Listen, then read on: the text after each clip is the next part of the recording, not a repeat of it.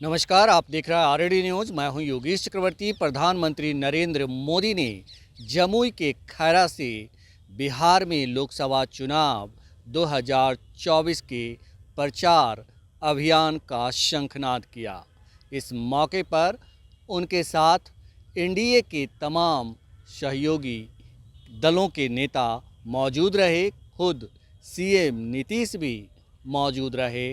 प्रधानमंत्री ने जमुई से बिहार को कहा कि हम भ्रष्टाचार के खिलाफ लड़ाई लड़ रहे हैं और अगर आप बिहार में शांति, अमन और विकास चाहते हैं तो अपहरण उद्योग चलाने वाले से दूर रहें, उनके खिलाफ वोट करें। हमने जो 10 सालों में विकास किया है वो तो बस टेलर है, अभी तो जो है मेन जो फिल्म है उसे देखना बाकी है। इस मौके पर पीएम मोदी न तो इलेक्टोरल बॉन्ड के बारे में कुछ कहा और न ही बिहार के विकास के बारे में। हाँ, मुख्यमंत्री नीतीश कुमार जरूर पीएम मोदी की चरण वंदना करते नजर आए और एक बार फिर जमुई के मंच से सफाई दिया कि अब हम कहीं नहीं जाएंगे, पलटी नहीं मारेंगे। इस पर लोगों ने हंसकर उनका मजाक भी उड़ाया। तो कुल मिलाकर ये पीएम मोदी की जमुई की रैली का जो है लब्बो लुबाब था, लेकिन जो वरिष्ठ पत्रकार हैं संतोष जी, उनकी रैली पर पैनी नज़र रखे हुए थे।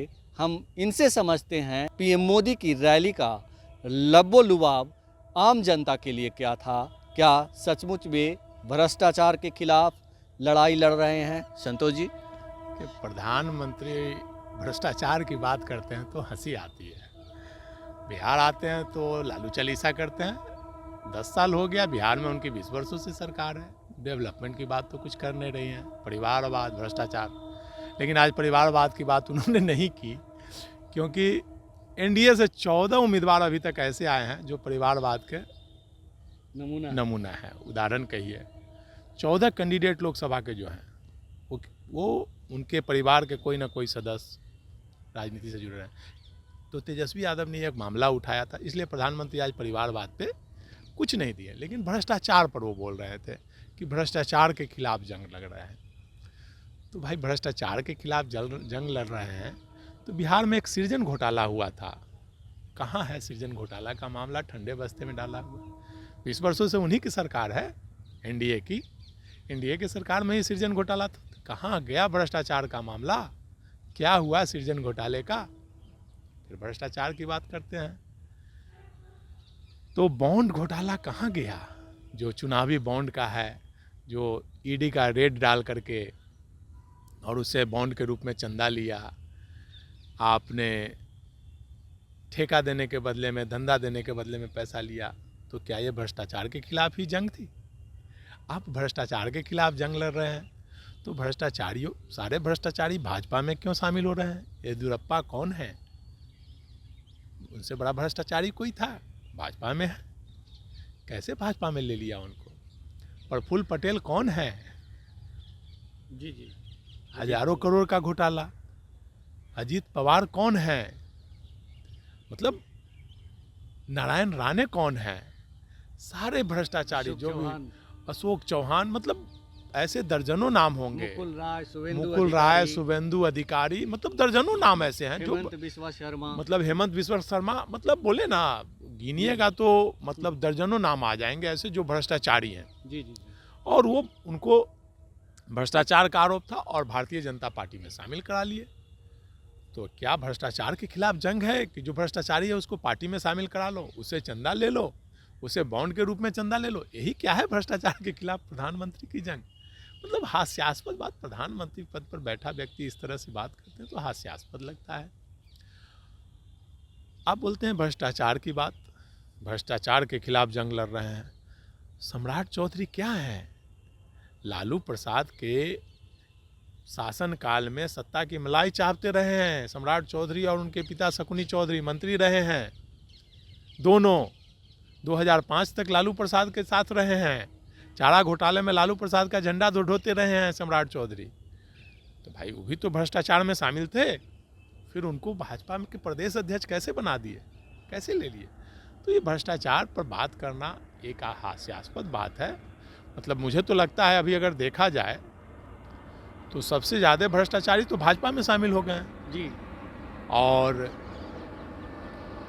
सबसे ज़्यादा बोले थे कि भाई हम सारे भ्रष्टाचारियों को जेल भेजेंगे। कौन जेल गया भाई, किसको सजा हुई? एक लालू प्रसाद की बात छोड़ दिए, लालू प्रसाद को पहले ही सजा हो चुकी थी, और उसके अलावा किसको बता दीजिए आप। जो भी प्रफुल्ल पटेल के बारे में उन्होंने इतनी बातें कही, अजीत पवार के बारे में बातें कही कि भाई उनको जेल भेजेंगे। असम का क्या मुख्यमंत्री कौन थे? हेमंत बिस्वा शर्मा। तो वो भ्रष्टाचारियों पर, जितने भी भ्रष्टाचारी हैं उनको भाजपा शामिल करा लेते हैं, और ये भाजपा को ही एक प्रकार से जेल समझते हैं कि जेल में डाल दे। जो बोलते थे वो कि सभी भ्रष्टाचारी को जेल में डालेंगे, तो सारे भ्रष्टाचारी को भाजपा में शामिल करा रहे हैं। मतलब भाजपा को उन्होंने जेल समझ लिया है। तो बोलना अलग बात है और उस पर कथनी और करनी में फ़र्क पड़ता है। बयान वीर बनते हैं, बयान देते हैं भाई कि भ्रष्टाचार, परिवारवाद, लेकिन उस पर मुझे नहीं लगता है कि वो अमल करते आपने हैं। संतोष जी इतने सारे नाम गिना दिए जो भ्रष्टाचार में आखंड डूबे हैं। अरबों की इन लोगों ने अकूत संपत्ति अर्जित की है, बावजूद उनको बीजेपी में शामिल करा लिया गया। मेरा सवाल ये है कि अभी बीजेपी पे ये आरोप लग रहा है कि 80 अरब रुपया उसने इलेक्टोरल बॉन्ड के जरिए हासिल की है, और जैसा कि आपने बताया ही कि मतलब वो पैसे जो है डरा धमका करके और धंधे के बदले उगाही की गई है। उस पर पीएम क्यों नहीं बोलते? उन पे तमाम तरह के आरोप लग रहे हैं। देखिए, पीएम चुनावी बॉन्ड की बात क्यों करते हैं? किसी भी भ्रष्टाचार, किसी भी घोटाले पर कहाँ बोलते हैं? उनके पार्टी के जो भ्रष्टाचारी होते हैं उस पर कहाँ बोलते हैं? नहीं, भ्रष्टाचार के बारे में बिहार के जमुई में जब वो भाषण दे रहे थे तो वो तो कह रहे थे कि भ्रष्टाचारी हमसे घृणा करते हैं, भ्रष्टाचारी जो हैं हमारा विरोध करते हैं। बड़ा हास्यास्पद लगता है। भ्रष्टाचारी उनका विरोध करते हैं तो फिर शामिल क्यों कराते हैं पार्टी में? सारे भ्रष्टाचारी को तो अपने पार्टी में मिला लिए हैं। और बयान देने के लिए अलग है, चुनाव में वोट पाने के लिए बोले ना। एक लालू प्रसाद एक मुद्दा बनाए हुए हैं, लालू प्रसाद, क्योंकि लालू प्रसाद ने सामाजिक न्याय की लड़ाई लड़ी, उन्होंने सामाजिक जागृति लाने का काम किया। प्रधानमंत्री ही नहीं, प्रधानमंत्री ने तो कहा ही कि यहाँ जंगल राज था, अपहरण उद्योग चलता था। नीतीश कुमार ने जनता से पूछा, मंच से पूछा कि बहु बेटियाँ क्या शाम में घर से निकलती थी 2005 के पहले? क्या सचमुच बिहार ऐसा था? देखिए, मुझे लगता है कि ऐसा बिहार नहीं था जैसा कि लोगों ने बना दिया मीडिया के माध्यम से। मतलब एक हवा डर पैदा कर दिया गया था, जिस प्रकार से मतलब एक समय में पंजाब में डर पैदा कर दिया गया था मीडिया के माध्यम से, बिहार में एक डर पैदा कर दिया गया था। और डर का ऐसा माहौल पैदा कर दिया था कि लोगों में एक डर का भावना आ गया था। लेकिन मैं बता दूं, बिहार उस समय जितना सेफ था, बिहार में महिलाएं जितना सुरक्षित थी, उतना आज नहीं है। उस समय महिलाएं अगर कहीं निकलती थी, 2-4 घटना अगर छोड़ दीजिए बिहार की महिलाओं के रेप या अपहरण की घटना, 2-4 छोड़ दीजिए, तो आप 90 से मतलब 2005 के बीच में अगर महिला कहीं जा रही उसके साथ छेड़खानी अगर कोई करता था तो 10 लोग खड़े हो जाते थे। सामाजिक सद्भाव ये था। जी बिल्कुल। मतलब महिलाएं अगर कहीं जा रही है तो कोई बस में छेड़खानी नहीं कर सकता था। महिलाएं के लिए सीट, उस समय दिल्ली में ज़्यादा छेड़खानी होती थी महिलाओं के साथ। यूपी में दिल्ली में ज़्यादा छेड़खानी होती थी महिलाओं को के साथ। हाँ, यहाँ एक होता था कि सामंती ताकतों के खिलाफ लोग आवाज़ उठाना शुरू किए थे। लालू प्रसाद जब आए तो जो सामंती ताकतें थी, जो एक सवर्ण समुदाय था, उनका साम्राज्य था, दलितों पर अत्याचार होता था, मतलब दलितों के साथ छेड़खानी होती थी, दलितों को मंदिर में नहीं जाने दिया था, दलितों को कुर्सी पर नहीं बैठने दिया जाता था, दलितों को ब्लॉक में नहीं जाने दिया जाता था। दलित और पिछड़े बहुत सहमे हुए थे। तो लालू प्रसाद जब सत्ता में आए तो लोगों में एक भावना जागी कि हमारी सरकार बनी है। तो लोगों ने आवाज़ उठाना शुरू किया सामंती ताकतों के खिलाफ। तो उसके खिलाफ जब आवाज़ उठाना शुरू किया तो सामंती ताकतों को लगा कि अब उनकी कुर्सी खतरे में है, तो उन्होंने जंगल राज की उपाधि दी और बदनाम करना शुरू किया बिहार को। लालू प्रसाद को बदनाम करने के नाम पर बिहार को बदनाम करना शुरू कर दिया। आप बताइए, जहानाबाद में जो दलितों की हत्या हुई थी, कितने दलितों की हत्या हुई थी, किसने हत्या की थी? सारे सवर्ण समाज के लोगों ने हत्या की थी। नरसंहार जो हुआ था। आप बताइए, उस समय क्या ये स्थिति थी? और जितने भी हत्यारे थे उनको नीतीश सरकार में आने के बाद सारे को माफ़ी मिल गई। तो क्या ये आप बोलते हैं इसलिए लालू राज को जंगल राज कहते हैं? आप बताइए, एक अपराधी ब्रह्मेश्वर मुखिया जिसकी हत्या हुई थी, उसके बाद जो नंगा नाच हुआ था आरा से लेके पटना तक, जो नंगा गुंडागर्दी हुआ था, एक कौन डीजीपी थे, अभयानंद, और नीतीश कुमार मुख्यमंत्री थे। मुझे नहीं लगता है कि 50 वर्षों में वैसा नंगा नाच कभी हुआ था। भाजपा की सरकार थी बिहार में, मतलब इनकम टैक्स से लेकर पूरा दाना आरा से लेकर के पटना तक कोहराम मचा के रख दिया था गुंडों ने, असामाजिक तत्वों ने तोड़ फोड़ पूरा पटना अस्त व्यस्त कर दिया था। मतलब गुंडा राज था, असल मामले में देखा जाए तो वो गुंडा राज था। एक अपराधी की हत्या पर, एक क्रिमिनल की, ब्रह्मेश्वर मुखिया अभयानंद ने अपना हाथ बांध लिया। अभयानंद चूंकि उन्हीं के समाज के लोगों ने वो अपराधी काम किया था, पूरा नंगा नाच किया था, और जो अपराधी था बड़ा अभयानंद के समाज का था, तो उन्होंने वो नंगा नाच किया। वो जंगल राज, उसको जंगल राज कहेंगे, उसको कहेंगे गुंडा राज। तो उस पर प्रधानमंत्री नहीं बोलेंगे। लेकिन दलितों के हित की बात जब लालू प्रसाद करने लगे तो उसको जंगल राज की उपाधि दे दी गई। जब जागरूकता लाए, सामाजिक क्रांति लालू प्रसाद ने लाने का काम किया है, उसको आज नहीं, लोग आज से 20 वर्षों बाद याद करेंगे, 50 वर्ष बाद याद करेंगे। लालू प्रसाद ने लोगों को जुबान दी, लालू प्रसाद ने लोगों को जीना सिखाया, लोगों को अधिकार के लिए लड़ना सिखाया। लोग वोट नहीं डालते थे, लालू प्रसाद ने लोगों को वोट डालने का अधिकार दिलाया।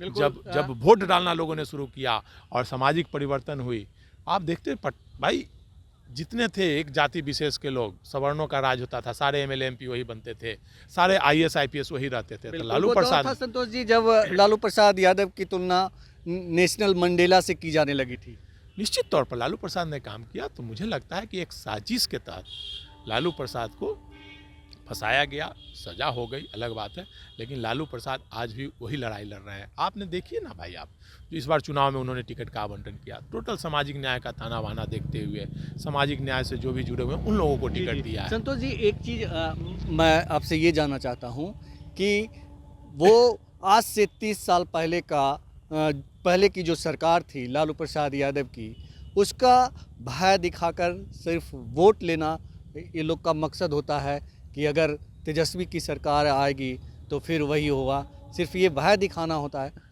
देखिए, निश्चित तौर पर अपने पास एनडीए के पास कुछ, भाजपा के पास कुछ कहने के लिए अपना नहीं है डेवलपमेंट के नाम पर। क्या कहेंगे? हाँ, डेवलपमेंट नीतीश कुमार ने किया है, डेवलपमेंट का काम किया है, लेकिन बाकी शिक्षा के क्षेत्र में क्या बोलेंगे कि क्या हुआ है शिक्षा के क्षेत्र में? बताएंगे क्या प्रधानमंत्री बता देंगे कि बिहार का एक स्कूल का नाम बता दे? प्रधानमंत्री क्या, बिहार के किसी भी नेता से मैं पूछता हूँ, वो अपने परिवार के सदस्य का किसी सरकारी स्कूल में पढ़ाते हैं क्या? जितने शिक्षकों की बहाली हुई है, कोई अपने बच्चों को सरकारी स्कूल में पढ़ाता है क्या? जितने अधिकारी हैं, कोई सरकारी स्कूल में पढ़ाता है क्या? एक स्कूल का नाम बता दे बिहार सरकार के, जहाँ की कोई भी एक चपरासी भी अपने बच्चे का वहाँ एडमिशन कराए सरकारी स्कूल में, क्लास 1 में या क्लास 10th में। एक स्कूल नहीं। आपने 20 वर्षों में बिहार को रसातल में पहुँचा दिया। शिक्षा के क्षेत्र में, स्वास्थ्य के क्षेत्र में क्या स्थिति थी पीएमसीएच की? पहले बाहर से लोग आते थे पीएमसीएच इलाज कराने, आपने ढांचा खड़ा कर दिया, लेकिन आज पीएमसीएच में दलालों का अड्डा लग गया है। जितने सरकारी हॉस्पिटल है, कोई इलाज कराने जाता है क्या? केवल खाना पूर्ति होती है। पीएमसीएच आज भी, पहले एक समय था कि मुख्यमंत्री, मंत्री से लेकर के एमएलए सब वहीं इलाज कराते थे। आज कोई जाता है क्या? सब लोग पारस हॉस्पिटल क्यों जाते हैं? आप अगर अच्छा किया है आपने, तो मुख्यमंत्री क्यों नहीं पारस इलाज कराने जाते हैं? मंत्री क्यों नहीं पीएमसीएच इलाज कराने जाते हैं? पहले मुख्यमंत्री हो, नीतीश जी जब मुख्यमंत्री बने थे तो उनकी माँ का इलाज पीएमसीएच में हुआ था। आज क्या वो पीएमसीएच जाते हैं क्या कभी इलाज कराने? कोई मंत्री जाता है क्या पीएमसीएच इलाज कराने? कोई विधायक जाता है क्या पीएमसीएच इलाज कराने? तो शिक्षा, स्वास्थ्य की स्थिति बद से बदतर कर दी उन्होंने। और प्रधानमंत्री बात करते हैं भ्रष्टाचार की।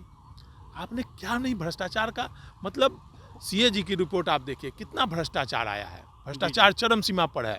जो 25 करोड़ में 1 किलोमीटर रोड बनना था, उसको 250 करोड़ में आपने रोड बनाया। ये भ्रष्टाचार। आप भ्रष्टाचार की बात कैसे करते हैं भाई? भ्रष्टाचार की प्रकाष्ठा है यह सरकार, जान लीजिए आप। जी, और जी। केवल बोली है भ्रष्टाचार, मतलब अपना भ्रष्टाचार छुपाने के लिए दूसरे पर भ्रष्टाचार का आरोप लगाते हैं। और अब 20 साल 30 साल पहले की बात आप ले रहे हैं, और अपने डेवलपमेंट की बात कीजिए, आपने क्या विजन है, आपने क्या किया।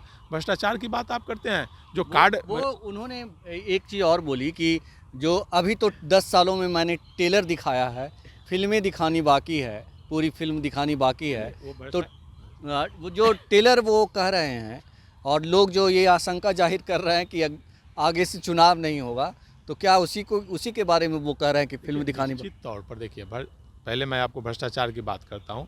जो स्वास्थ्य का कार्ड बनाया है उन्होंने, स्वास्थ्य कार्ड में एक एक फ़ोन नंबर पर 1-1 लाख लोगों का कार्ड बना हुआ है। तो ये भ्रष्टाचार नहीं तो क्या है? एक आप दवा, एक प्राइवेट कंपनी को किसी को फ़ायदा पहुंचाने के लिए आपने ये कार्ड का इस्तेमाल किया, और उस कार्ड से क्या इलाज हो रहा है लोगों का, ये आपने कभी देखा है? और जो बोलते हैं कि टेलर है, तो आप हिटलर शाही कितने दिनों तक चलेगी? हिटलर शाही है, टेलर नहीं है। और वो बता रहे हैं कि टेलर है, तो आप जान लीजिए धीरे धीरे जितने भी लोकतांत्रिक व्यवस्था है सबको ध्वस्त करते जा रहे हैं। आप देख लीजिए चुनाव आयोग में पहले सर्वोच्च न्यायालय के न्यायाधीश रहते थे, उसको उन्होंने हटा दिया, केवल सत्ताधारी दल के 2 लोग रहेंगे तो उनके मन माफिक होगा। आप देख लीजिए, क्या वो टेलर यही है कि अभी बॉन्ड के लिए, रिश्वत लेने के लिए उन्होंने कानून बना दिया, कानून में बदलाव कर दिया। बॉन्ड घोटाला क्या है? बॉन्ड के माध्यम से पैसा क्या है? रिश्वत लेने के लिए उन्होंने कानून बनाया, में बदलाव किया। तो क्या यही टेलर है?